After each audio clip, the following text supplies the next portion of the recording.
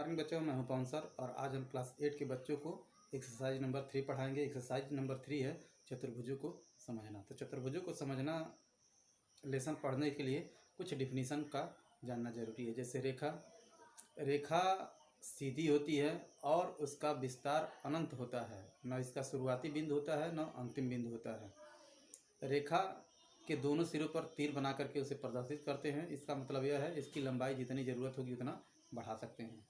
तो यह रेखा का चिन्ह है। इसके बाद आता है रेखाखंड, अंग्रेजी बोलते हैं लाइन सेगमेंट। किसी रेखा का कोई भाग रेखाखंड कहलाता है। इसका शुरुआती और अंतिम बिंदु होता है। खंड की लंबाई निश्चित होती है, रेखाखंड का शुरुआती और अंतिम बिंदु होता है। यह एक रेखा है और इसमें से यह भाग काटा गया है, इसको ए बी कहा गया है। तो देखिए इसका शुरुआती बिंदु भी है और इसका अंतिम बिंदु भी है। ए बी को रेखाखंड कहते हैं। अब इसके बाद आएगा वक्र। ऐसी आकृति जो सरल रेखाखंड नहीं है और सरल रेखा नहीं है वह वक्र होती है। जैसे देखिए यह हिस्सा और यह घुमावदार हिस्सा और यह वृत्त वक्र हो गया। इसके बाद आएगा समतली वक्र। ऐसा वक्र जो किसी समतल पर बना होता है उसको समतली वक्र कहते हैं। अब इसके बाद आएगा साधारण वक्र। ऐसा वक्र जो सरल रेखाखंडों या वक्रों या सरल रेखाखंड और वक्रों से मिलकर के बना होता है उसे साधारण वक्र कहते हैं। साधारण वक्र की भुजाएं एक दूसरे से जुड़ी होती हैं परंतु एक दूसरे को प्रतिच्छेदित नहीं करती हैं। आइए देखते हैं। देखिए यह सरल रेखाखंड है और यह वक्र है। यह रेखाखंडों से मिलकर के बना है, यह भी रेखाखंडों से मिलकर के बना है। यह तीनों साधारण वक्र है, लेकिन यह आकृति सरल रेखाखंडों से मिलकर के बना है परंतु इसकी भुजाएं एक दूसरे को प्रतिच्छेदित कर रही हैं, इसलिए यह साधारण वक्र नहीं है। अब परिभाषा आएगा साधारण बंद वक्र और साधारण खुला वक्र। साधारण वक्र जिसकी सभी भुजाएं परस्पर जुड़ी होती हैं उसे साधारण बंद वक्र कहते हैं और जिस साधारण वक्र की कुछ भुजाएं परस्पर जुड़ी नहीं होती हैं उसे साधारण खुला वक्र कहते हैं। अब यहाँ पर देखें, इन वक्रों की सभी भुजाएं परस्पर जुड़ी हुई हैं तो यह साधारण बंद वक्र हो गया। और इन बहुभुज की यह जो आकृतियां हैं इनकी सभी भुजाएं परस्पर जुड़ी नहीं हुई हैं तो यह खुले वक्र हो गए, साधारण खुले वक्र हो गए। बहुभुज सरल रेखाखंडों से घिरी हुई बंद आकृति को बहुभुज कहते हैं। जैसे त्रिभुज हो जाएगा, चतुर्भुज हो जाएगा, पंचभुज, खष्टभुज, सप्तभुज, अष्टभुज। अब इसके बाद आएगा बहुभुज। ऐसा बहुभुज जिसका प्रत्येक कोण 180 अंश से कम होता है उसे उत्तल बहुभुज कहते हैं। जैसे त्रिभुज, चतुर्भुज, पंचभुज, खष्टभुज, उत्तल बहुभुज। ऐसा बहुभुज जिसका एक कोण 180 अंश से अधिक होता है उसे अवतल बहुभुज कहते हैं। यहाँ पर देखिए इस आकृति में यह जो कोण डी का अंदर वाला कोण है 180 अंश से अधिक है, इसलिए यह अवतल बहुभुज होगा। बच्चों आप लोग वीडियो को पॉज करके सभी परिभाषाओं को लिख लेंगे।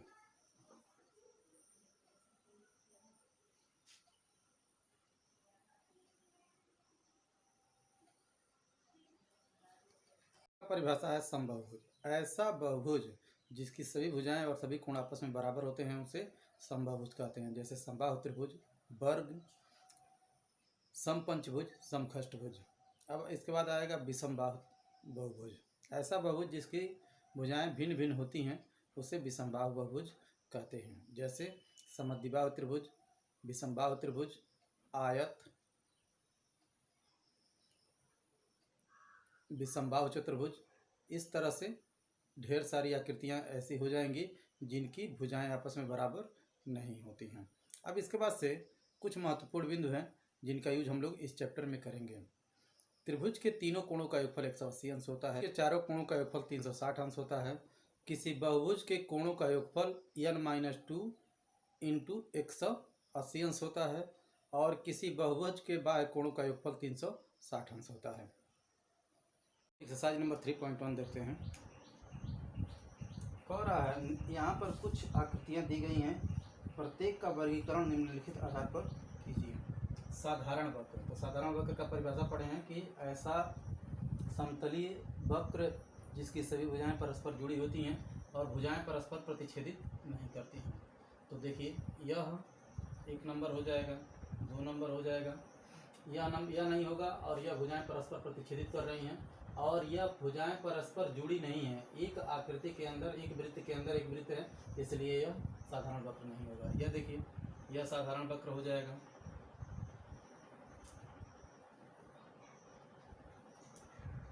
वन, 2 और 5 और इसके बाद 6 भी देखिए साधारण वक्र है और 7 भी देखें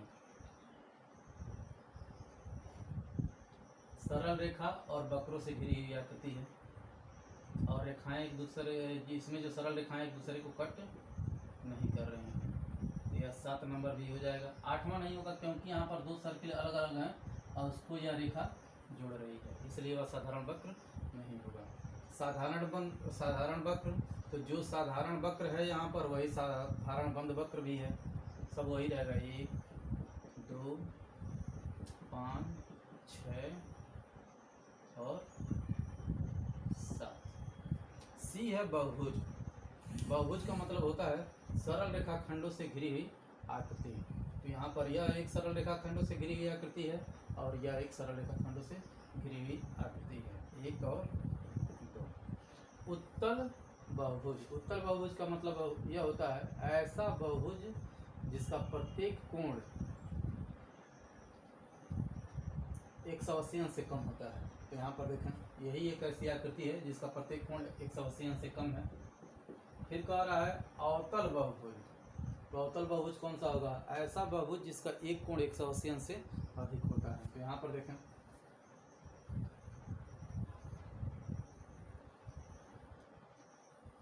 और एक यहाँ पर देखें, तो अभी हो जाएगा।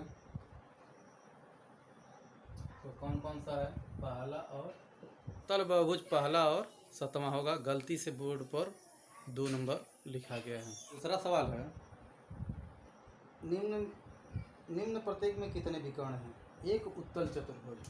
तो उत्तल चतुर्भुज का मतलब होता है ऐसा चतुर्भुज जिसका प्रत्येक कोण 180 अंश से कम। तो यह एक उत्तल चतुर्भुज हो जाएगा। तो विकर्ण क्या होता है? आमने सामने को शीर्षों को मिलाने वाली रेखाखंड। तो 2 विकर्ण हो रहा है। इसके बाद एक समखटभुज कह रहा है। तो यहाँ पर एक समखटभुज बना हुआ है, तो मिलाएंगे तो इस शीर्ष से सामने की जितने भी शीर्ष हैं इनको मिलाएंगे। 1, 2, 3। प्रत्येक शीर्ष से 3-3 निकल रहा है। यहाँ से 4 हो जाएगा, 5 हो जाएगा और ये 6 हो जाएगा। फिर यहाँ से 7 हो जाएगा, 8 हो जाएगा। फिर यहाँ से देखें सब जगह पर गया है, यहाँ पर नहीं गया है, 9 हो जाएगा। फिर इसके बाद से एक त्रिभुज बनाएं। तो आमने सामने के शीर्ष मिले हुए हैं तो कोई नहीं।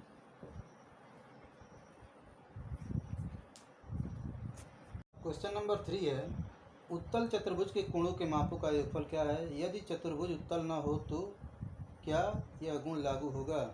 तो चतुर्भुज कोई भी हो उसके कोणों का योगफल 360 अंश होता है। फिर कह रहा है तो लिखेंगे किसी भी चतुर्भुज के कोणों का योग बराबर 360 अंश। तो फिर कह रहा है यदि चतुर्भुज उत्तल ना हो तो क्या यह गुण लागू होगा? कह देंगे हाँ। चौथा सवाल है तालिका की जांच कीजिए। प्रत्येक त्रिभुज आकृति को त्रिभुजों में बांटिए और कोणों का योगफल ज्ञात कीजिए। जैसा कि हम जानते हैं कि कोई भी त्रिभुज रहता है तो उसके कोणों का अंतः कोणों का योगफल 180 अंश होता है। तो यहाँ पर भिन्न भिन्न प्रकार की आकृतियाँ दी गई हैं और उसमें डॉटेड लाइनों द्वारा त्रिभुज को बनाया गया है। तो एक त्रिभुज में 180 अंश, तो 2 त्रिभुज होंगे तो 2 गुणे 180 अंश हो जाएगा। 3 त्रिभुज रहेंगे 3 गुणे 180 अंश हो जाएगा। 4 त्रिभुज रहेंगे तो 4 गुणे 180 अंश हो जाएगा। तो यहाँ पर वह सब सॉल्व कर दिया है। फिर कह रहा है उसके नीचे एक बहुभुज के कोणों के योग के बारे में आप क्या कह सकते हैं जिसकी भुजाओं की संख्या निम्नलिखित है? तो यदि भुजाओं की संख्या n है, तो n बराबर 7 8 दिया हुआ है, तो लिखेंगे बहुभुज के कोणों का योग।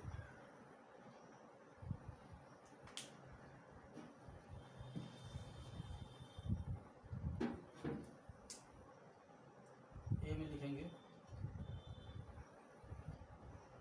बहुभुज के कोणों का योग। यहाँ पर बराबर होता है n-2 गुणे 180। तो n बराबर ए में कितना है 7, तो 7 - 2 गुणे 180। यहाँ पर लिखेंगे क्योंकि n बराबर 7 पहले में 7 दिया है, तो 5 गुणे 180, तो गुणा करेंगे तो यह हो जाएगा 900। फिर b का निकालें,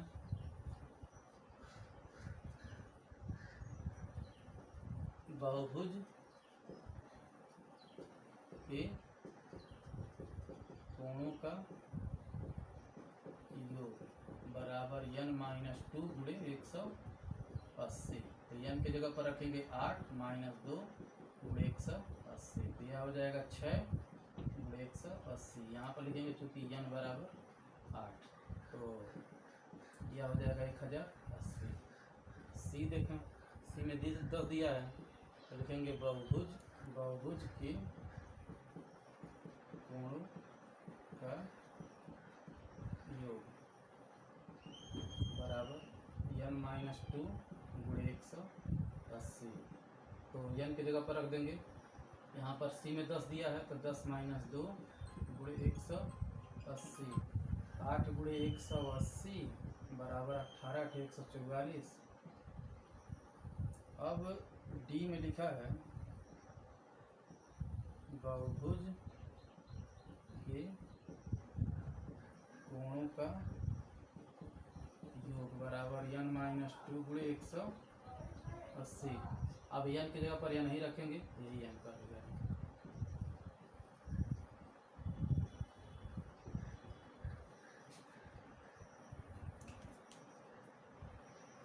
पांचवा कह रहा है समबाहुभुज क्या है। तो समबाहुभुज का डिफिनीशन इस चैप्टर से पहले हम बताए हैं। समबाहुभुज ऐसा बहुभुज जिसकी सभी भुजाएं और सभी कोण बराबर होते हैं, उसे समबाहुभुज कहते हैं। एक समबाहुभुज बताइए जिसकी भुजाओं की संख्या 3 भुजाएं हैं, तो 3 भुजाओं वाला समबाहुभुज होता है समबाहु त्रिभुज।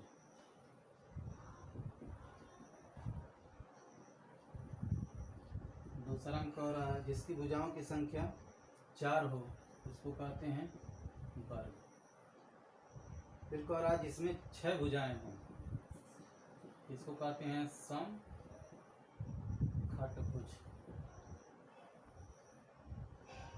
के अलावा कोई भी बहुभुज रहेगा, यदि वह समबाहुभुज है तो उसके नाम के आगे सम जुड़ा रहता है। छठवें सवाल में कह रहा है निम्नलिखित आकृतियों में यक्ष कोण की माप ज्ञात कीजिए। तो चतुर्भुज के चारों कोणों का योगफल 360 अंश होता है, तो लिखेंगे यक्ष प्लस 120 प्लस 130 प्लस 50 बराबर 360 अंश। तो लिखेंगे चूंकि चतुर्भुज के चारों कोणों का योग बराबर 360 अंश। तो जोड़ दें यक्ष प्लस 120 में 130 जोड़ेंगे 250 और 50 जोड़ेंगे तो यह 300 हो जाएगा बराबर 360। तो यक्ष बराबर 360 माइनस 300 बराबर 60 अंश। यहाँ पर देखें यह हमारा 60 अंश आंसर हो जाएगा। इस आकृति में देखें यहाँ पर यह बाहर का कोण 90 अंश होता है, तो एक सरल रेखा पर 180 अंश का कोण बनता है, तो यह कोण भी 90 अंश का हो जाएगा। तो यह हो जाएगा 180 माइनस 90 बराबर 90 अंश। अब सेम ऐसे ही लगा देंगे, यह वाला कोण भी हो गया 90 अंश। तो अब लिखेंगे यक्ष प्लस 90 प्लस 60 प्लस 70 बराबर 360। सेम रीजन लिखेंगे, चतुर्भुज के चारों कोणों का योगफल 360। चतुर्भुज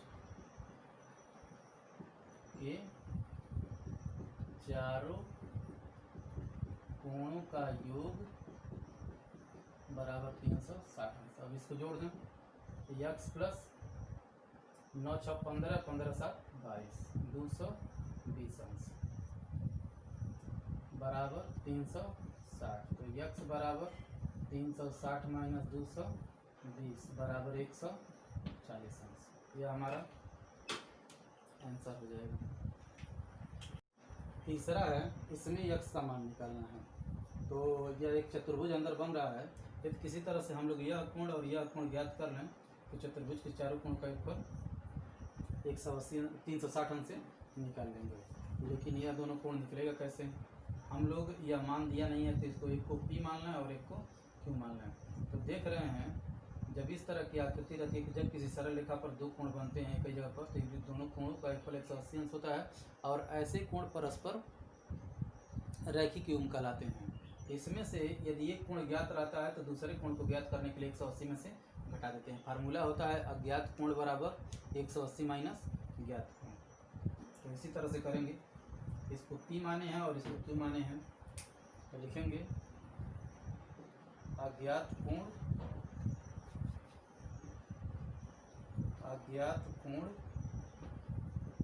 P बराबर 180 माइनस ज्ञात कोण। तो 180 माइनस 70, यह हो जाएगा 110 अंश। अब इसी तरह से Q निकाल लें। अज्ञात कोण Q बराबर 180 माइनस ज्ञात कोण 60, यह बराबर हो जाएगा 120। अब हम क्या करें, चतुर्भुज के चारों कोणों का योगफल का वाला फार्मूला लगा दें। अब यहाँ से शुरू करें। अब P plus Q plus x plus 30 plus x बराबर 360 लिखेंगे, चूँकि चतुर्भुज के चारों कोणों का योग बराबर 360 अंश। यह कितना हो जाएगा? दोनों का जिसका मान मालूम रख दें। तो P का मान है 110 और x और x मिला करके Q का मान है 120 प्लस 30 प्लस 2x बराबर 360। जोड़ दें, यह दोनों मिला करके 150 में 110 जोड़ेंगे तो 260 प्लस 2x बराबर 360। यहाँ से हो जाएगा 2x बराबर 360 माइनस 260, तो 2x बराबर हो जाएगा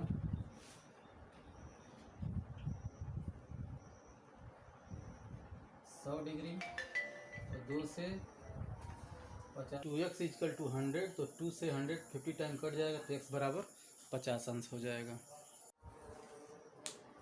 पांचवें में एक समपंचभुज बना हुआ है और एक कोण का मान x है। तो हमको क्या करना है, x का मान ज्ञात करना है। तो सभी भुजाएं बराबर हैं, समपंचभुज है तो जब सभी भुजाएं बराबर हैं तो सभी कोण भी बराबर हो जाएगा। तो यह हो जाएगा x और यह भी x हो जाएगा। तो इस पंचभुज में एक कोण x दिया है तो सभी भुजाएं बराबर हैं, तो समपंचभुज है। यहाँ पर यह ऐसा चिन्ह बनने का मतलब है कि यह भुजाएं आपस में बराबर हैं। यह कोण x दिया है तो यह समपंचभुज, सभी भुजाएं बराबर समपंचभुज है। और जब समपंचभुज है सभी भुजाएं बराबर होंगी और सभी कोण भी बराबर होंगे। यह भी x हो जाएगा, यह भी x हो जाएगा, यह भी x हो जाएगा, यह भी x हो जाएगा। अब कोणों का योग लिखें और आकृति से कोणों का योग लिखें और फिर फार्मूले से भी कोणों का योग लिखें। तो लिखेंगे पंचभुज के कोणों का योग बराबर n-2 गुणे 180।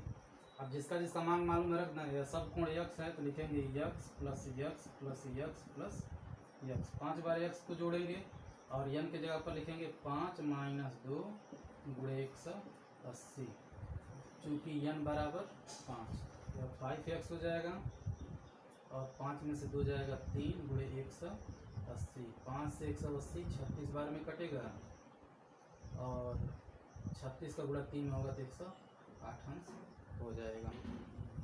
तो यही हमारा आंसर हो जाएगा। प्यारे बच्चों, अब इस चैप्टर का आखिरी और 7वां सवाल है। कह रहा है ए में चित्रों की सहायता से x + y + z और दूसरे वाले में x + y + w z + w का मान निकालना है। तो यहाँ पर इसको निकालने के 2 तरीके हैं। एक तरीके में झटपट लग जाएगा और एक तरीके में सवाल बहुत बड़ा होगा। तो पहला तरीका क्या है, देख रहे हैं यह x y z इस बहुभुज के त्रिभुज के बाहर का कोण है। तो यहाँ से x + y + z बराबर 360, क्यों? किसी बहुभुज के बाह्य कोणों का योग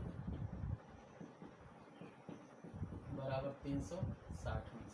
उस तरह से भी निकालें तो हो जाएगा। यहाँ से देखें x का मान रैखिक योग में है तो 90 अंश हो जाएगा। यहाँ से यह 30 अंश है तो यह 150 अंश हो जाएगा। 150 में 90 जोड़ेंगे तो 40 होगा। अब इस कोण का मान निकालें तो देखें यह 90 और 30 120, तो यह कोण हो जाएगा 60 अंश। और जब यह 60 होगा तो 120 होगा। 120 में 240 जोड़ेंगे तो 360 हो जाएगा। इतना लंबा प्रोसेस करना पड़ेगा, इसलिए यही सही है। सेम ऐसे ही यह भी हो जाएगा। x + y + w + z बराबर 360 लिखेंगे। किसी बहुभुज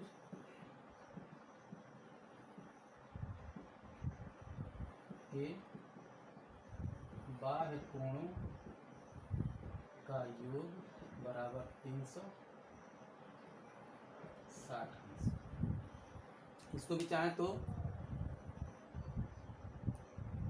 दूसरे तरह से लगा सकते हैं।